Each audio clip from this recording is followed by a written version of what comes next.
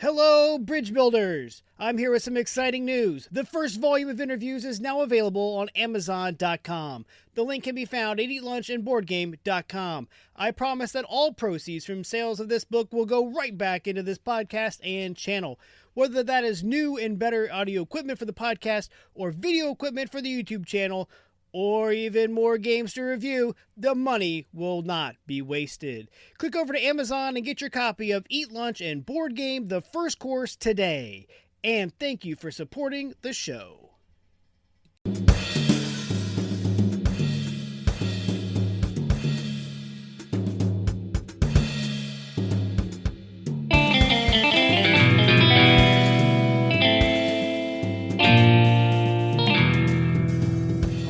Welcome back to Eat Lunch and Board Game. I'm your host, Adam Collins. Today we'll be talking about the Treasure Hunters Trilogy by Jellybean Games. Scuttle will always have a special place in my board gaming heart. Scuttle was the first board game that I backed on Kickstarter. I backed it way back in 2016. Since that time, I have backed over 60 other campaigns, including the one for the follow-up games in the Treasure Hunters series, Ninjitsu and Brains. All the games in this trilogy are designed by Peter C. Heyward, published by Jellybean Games, with artwork by Kelly Joe, and in their title with an exclamation mark. Scuttle and Ninjitsu have a 6.5 rating on Board Game Geek, while Brains carries a 6.6 rating. Honestly, these are all too low by about 2 full points. Rule clarity. I must laugh about this one. These games are about the specific words used on the cards. Once you read through the rules, just follow the wording on the cards and things could not be clearer. Time to explain to newcomers. All three of these games are very simple to explain to newcomers. In fact, if you start by teaching them Scuttle, you can build on that and only have to explain the new aspects of each game. Each consecutive game builds on its predecessor. It only takes about 3 to maybe 5 minutes to explain Scuttle, and then off you go. Gameplay. All the games have a simple gameplay. You shuffle the deck, deal each player 4 cards. Then, for Scuttle, on a player's turn, the active player may either draw a card from the top of the deck or play a card from their hand. If you have no cards, you must draw. There is no hand limit. This does come into effect late in the game when you may have way too many cards and some analysis paralysis sets in as you try to figure out what your best option might be. If you choose to play a card, it can be played for either its treasure value, which is listed down the side, so anything from 1 to 10, or it can be played for the action written on the card. Now, jacks, queens, kings, and aces must be played for their action as they have no treasure value. Some cards are marked permanent when played for its action. These cards remain in front of the player until discarded or destroyed. You can string together some plays, like you can play a card that says play 1 card for the action and 1 card for its treasure. Or you can play a card that allows you to draw 2 cards, play 1, keep the other, etc. The hardest part of the game is the wording. Yet if you read the cards and take them for their literal meaning, they are very straightforward. If a card says destroy a card, that card must be one in play. If it says to discard a card, that card must come from a hand. When playing with 2 or 3 players, the first person to score 21 doubloons wins. In a 4-player game, players are in teams, sitting alternating around the table. The first team of 2 to 30 points wins. There's also a variant for 5 players. This makes the 5th player play alone against the 2 teams of 2. However, the 5th player is aided by Davy Jones, and this card acts as a 6th player for that person. There's also a solo version, but I have yet to try it and play against the robot player. Next up, Ninjitsu. Ninjitsu builds off what Scuttle has already started. The main differences are the addition of secrets and stealing. There is also no teams this time, so it's every ninja for themselves. The first ninja to score 21 treasures or more at the start of their turn is the winner. Like with Scuttle, the active player can draw or play a card. This time, however, you can draw 2 cards from the top of the deck. When playing, you can play a card in 3 ways. For the face-up value, for the action, or place it as a secret. To play a card as a secret, you place it face down in front of you. Why would you do this, you ask? Well, some cards are traps. Also, some cards are worth more face down. It also allows you to place cards face down and your opponents do not know what the value is. This leads to the third option the active player has, which is to steal a secret. You can simply take any face down card from any opponent and immediately flip it face up. Some of the cards can be traps, which are marked with a bomb icon, and their effect must be resolved immediately. These could be discarding your entire hand, or it destroys all your treasure, or the person who trapped you gets to draw cards from the deck.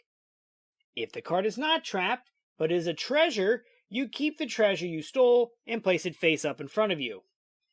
If you draw a card that is not a treasure or a trap, like a king, queen, or ace, you simply discard it and nothing else further happens on your turn. Now, like I said, you must have 21 or more points at the start of your turn to win the game. So when your opponents can see that you have a lot of points showing or a lot of secrets, you will become the target and victim of their attacks. This gets interesting as stealing from the leader could put you over the top, making you the new target. Or it could put you in a pickle. Do they risk letting you potentially win so that they can put down a card to put them to win? Now the next opponent must figure out whether or not to steal from you or the first person who they also feel could go out. Essentially, they may have to pick the winner. Then there's Brains. And Brains builds a little bit from Scuttle and a little bit from Ninjitsu. During the setup, each player is also given a gravestone card to set off to the side along with their 4-card starting hand. Then a 5th card is dealt face up onto each player's gravestone.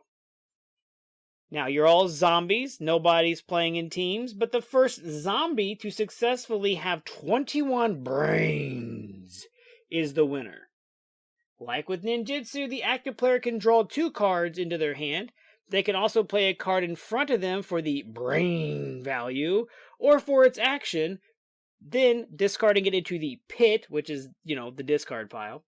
The other action available is to bury a card.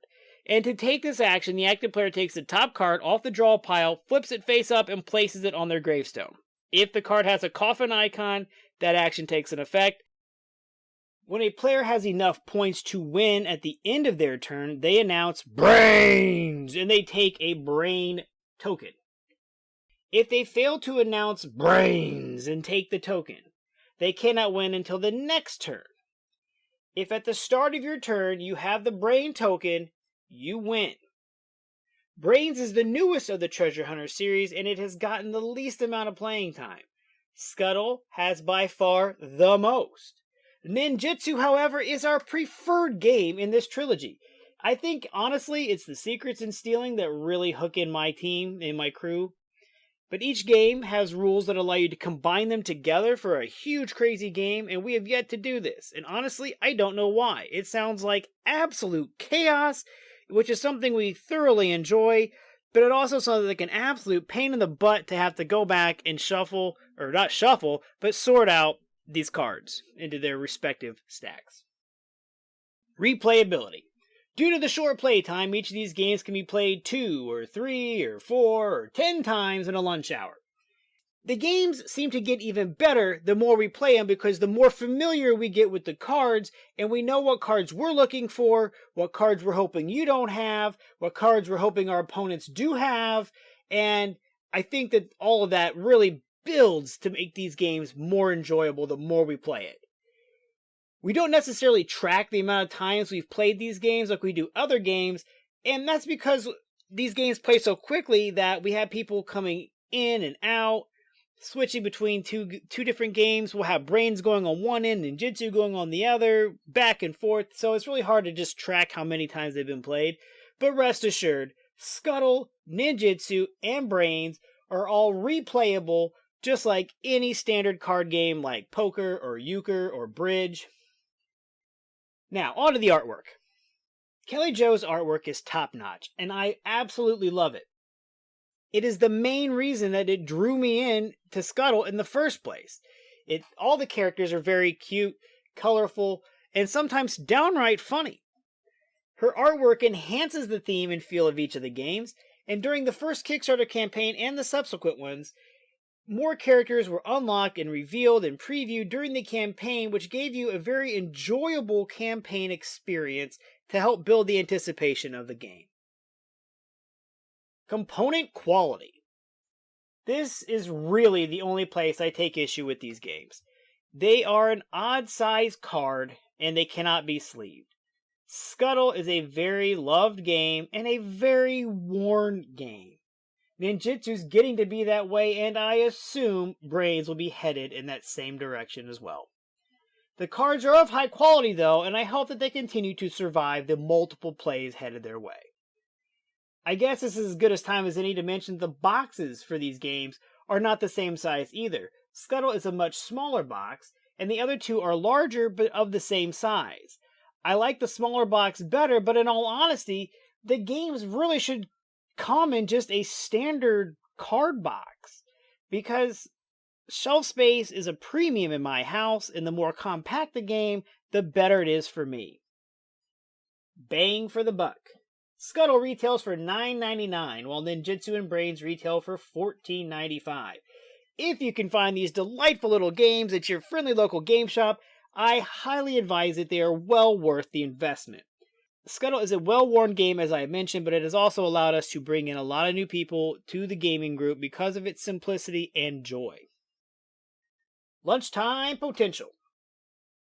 With the playing time listed on the box as 5 to 10 minutes, you can certainly get these games in over a lunch hour multiple times.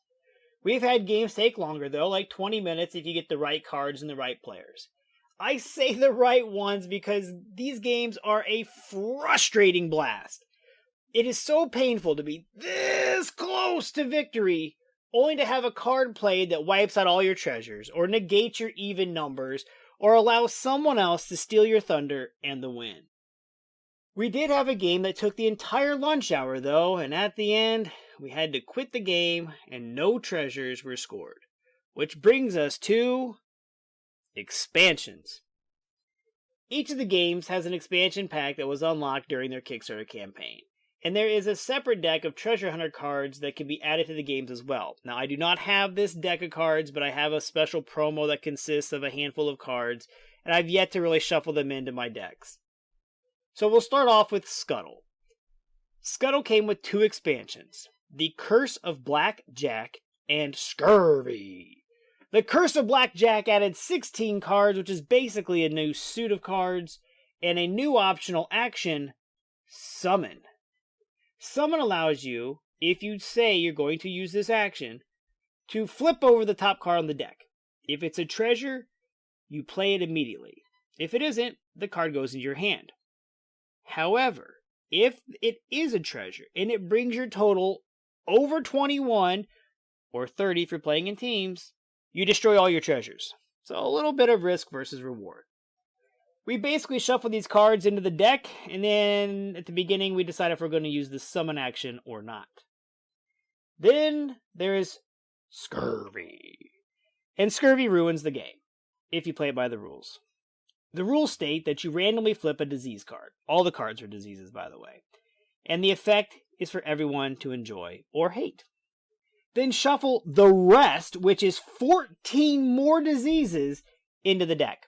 Whenever a disease card is drawn, it is put into play immediately. It does not override the current one or ones, but it compounds them.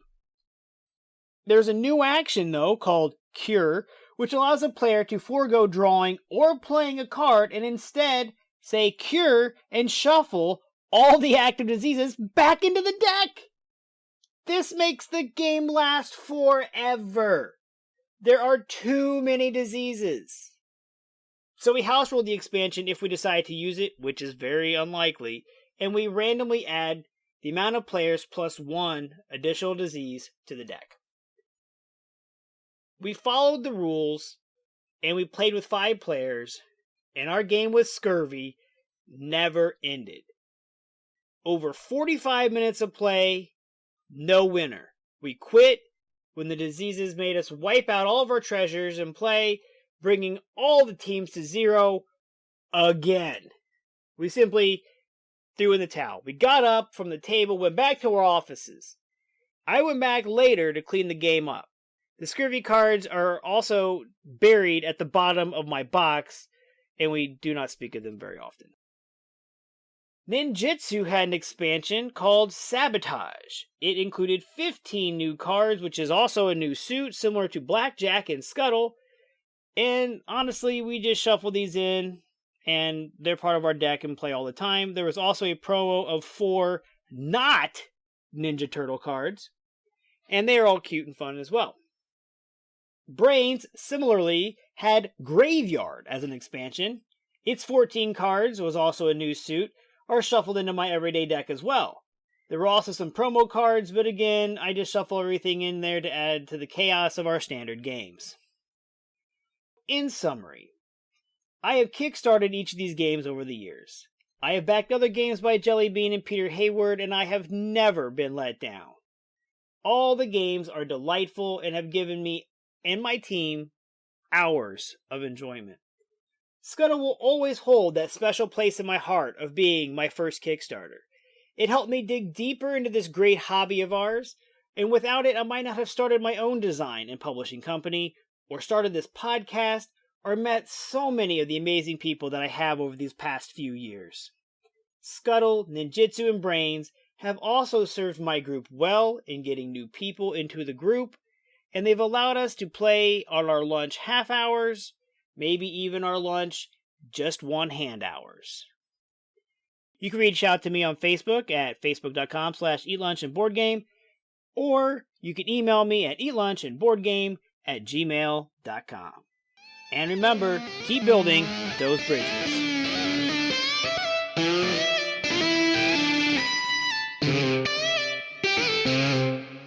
Average Joe's Gaming is a weekly podcast brought to you by us. I'm Joe. I'm Tom. We talk about all things game-related. In this hour-long podcast, you'll discover what has arrived in the game room, which Funko Pop Tom just could not resist, and maybe, if you're lucky, we might get around to talking about games. Might. Tune in weekly. You can find us on all of your favorite podcast formats. Stay in tune with all things sports around Indiana and the nation with the Crash Course Podcast. Each week, we tackle the big storylines from the world of the Colts, Pacers, and the Indiana college scene, while also keeping a pulse on the nation. We record live weekly at twitch.tv/3C Media and can be found on YouTube, Apple Podcasts, Google Podcasts, Spotify, wherever podcasts can be heard, you can catch the Crash Course Podcast. When you're gaming, why not be comfy? Go over to supportplayer.org. Click on the cards, pieces, and dice to get some merch. These t-shirts are some of the most comfortable I have ever worn. That's supportplayer.org, and there's a link on eatlunchandboardgame.com.